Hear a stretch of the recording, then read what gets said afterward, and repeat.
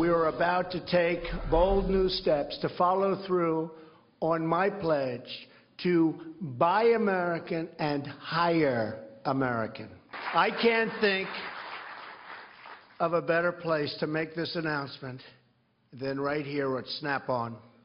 Just took a tour of the company. Good place, by the way.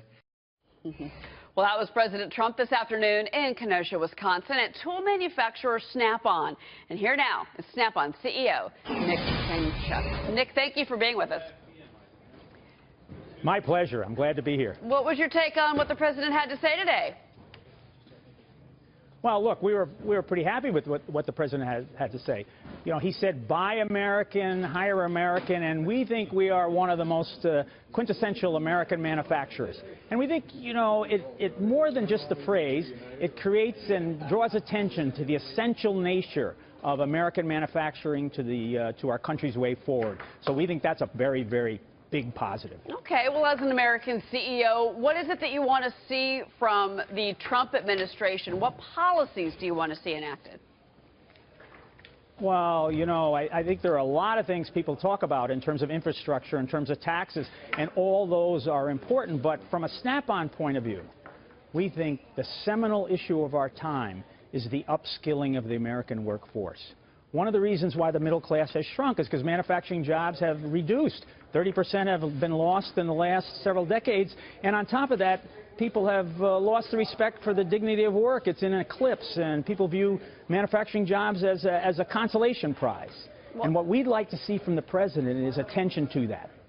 So, you know, certainly a big part of your workforce is, you know, that you are doing manufacturing, but at the same time, I'm curious what you think that Donald Trump can do for the industry overall. A lot of that manufacturing capability has been automated, and we still have many jobs that are overseas. I mean, how optimistic are you that there can be meaningful change in the next year to 2 years, which certainly would help the U.S. economy?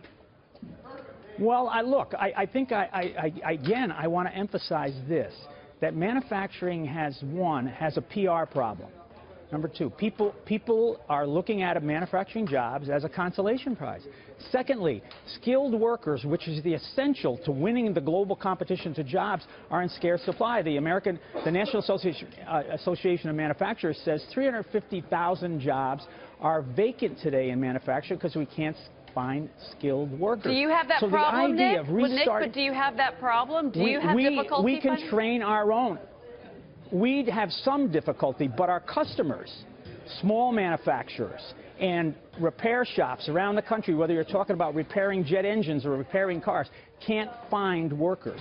And part of the thing that the president can do is draw attention to this by saying that these jobs are not a consolation prize. These jobs are a national calling, which have always been the American strength. And President Trump did that today. He talked about the fact that we honor grit, we honor making things. And that's the very kind of tone we want to see from a president. One of the things that you hear from this is that he's spoken in these terms, talking about the essential nature of manufacturing, and the National Association of Manufacturers surveys manufacturers, and they say 96% are optimistic about the future. Several months ago, that was only 56%. And so what that means, they're more willing to go out there and invest in America. And so much and of all that we have to do is find the skilled workers. And so much of that, you're right, Nick, is because of Donald Trump's policies, the market rising as well. Nick, thank you for being with us. We appreciate it.